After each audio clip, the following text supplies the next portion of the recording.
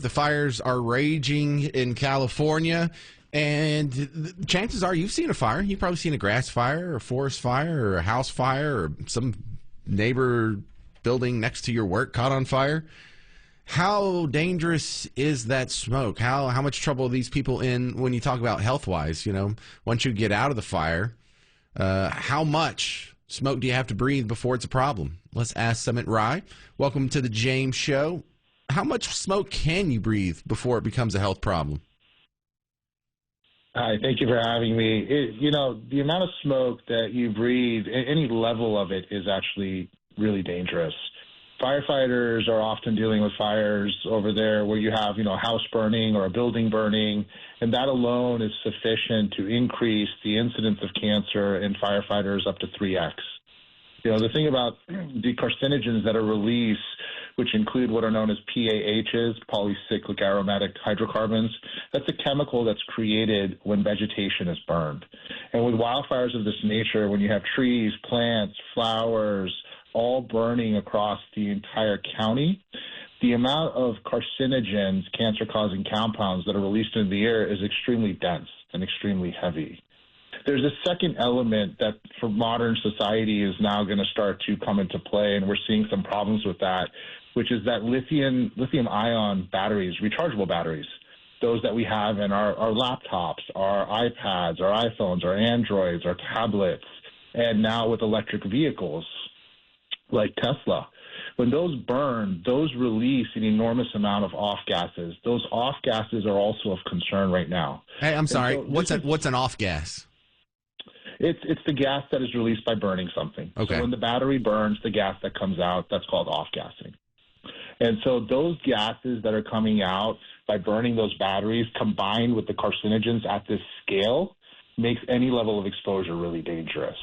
The reason for that is, as human beings, we are living biological organisms. We constantly have cellular turnover as long as we're alive. Our old cells die, new cells are formed. Our old cells die, new cells are formed, so on and so forth throughout our life. When you have this type of exposure, these carcinogens that get into your body, which can get in through inhalation, which can get in through your skin, so people in LA should keep themselves generally covered, no shorts, no T-shirts, no tank tops, because they can seep in. When that gets into your body, it causes that cellular turnover to potentially have DNA damage and create mutated precancerous cells. In a normal exposure, the degree of exposure is nothing like this. You don't have thousands and thousands of homes burning, tens, hundreds of thousands of acres. With this level of exposure, because of the toxicity that's coming in with those carcinogens, you're going to have potentially some damage to your cells. Normally, your body, your immune system, specifically white blood cells, will kill those sort of mutated precancerous cells. That is why everyone doesn't develop cancer.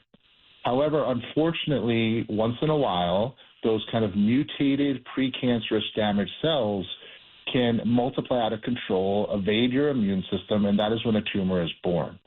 In a situation like this, where you have such mass destruction occurring and such dense toxic gassing, toxic compounds in the air, because the exposure is so high, the degree to which you will develop sort of those precancerous mutations increases substantially, which means your immune system's job now became a lot harder to catch all of it.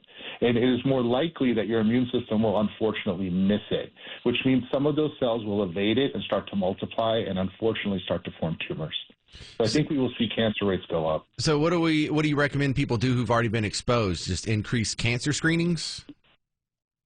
Yes, I think they need to increase screenings. I think the problem with that is in today's world, there's only 5 recommended screenings. You have mammograms for breast cancer, you have pap smear for cervical cancer, you have colonoscopy for colorectal cancer, you have PSA for prostate cancer, and you have lung CT for lung cancer. There is nothing generally, historically, that is recommended for pancreatic, liver, bladder, esophageal, stomach, adrenal, skin, brain, so on and so forth. I mean, that is why we at Cancer Check Labs, where I'm the CEO and founder, developed a blood test over the last 15 years that we just released 6 months ago that is a pan-cancer screen that will allow you from a simple blood draw to screen for all of those cancers. Well, hang on a second. Isn't that what Elizabeth Holmes said? Elizabeth Holmes said something different. Elizabeth Holmes said that with a drop of blood, I can essentially diagnose any condition. Right. First of all, that doesn't make any sense. All right. I don't know why people believed her. A drop of blood is statistically insignificant. We don't use a drop of blood. We use 40 milliliters of blood. Whoa. Second, Elizabeth Holmes came in, which is 4 vials, 4 tubes. It's half of what you would do in an annual physical because you need statistical significance.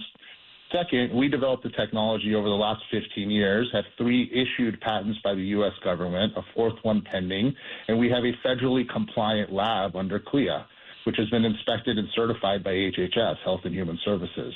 So I would draw massive distinctions between what a kid in school did, came out and claimed, which didn't make any sense, versus what's been developed here, which is now in the market.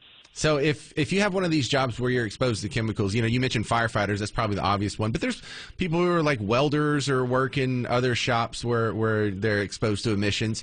They should be taking cancer check labs tests. They should go to cancerchecklabs.com and they should get a blood test to get screened. One of the other things we did recently, earlier last year, was create a 501c3, a nonprofit called Save a Firefighter. You can go to saveafirefighter.com and you can learn about all the exposure that firefighters have to cancer. And I would recommend that everyone make a donation and try to be the heroes behind these heroes. We are attempting to provide free screening to all firefighters across the country because, again, they face up to 3 times the incidence of cancer to be the first responders trying to save our homes, our families, our communities. Firefighters don't generally die from fires and collapsing buildings. They die from cancer. It represents 72% line of duty death, almost 3 out of 4. It is the number one cause of line of duty death, cancer. And it is because of this exposure. And when they have this exposure, it's generally not at the scale of a wildfire. It's usually at the scale of a home or a building burning down, and even that is sufficient to, again, increase their incidences up to 3x. So anyone that wants to support the firefighters, I really would recommend that they go to saveafirefighter.com and make a donation to help our firefighters get screened. Separate from that, if you yourself are in that environment, you need to get screened. So go to cancerchecklabs.com and get screened. Sumit Rai, thank you very much. Also, saveafirefighter.com. I didn't even know this website existed. Thank you for telling me about it. Of course, my pleasure. Thank you for having me.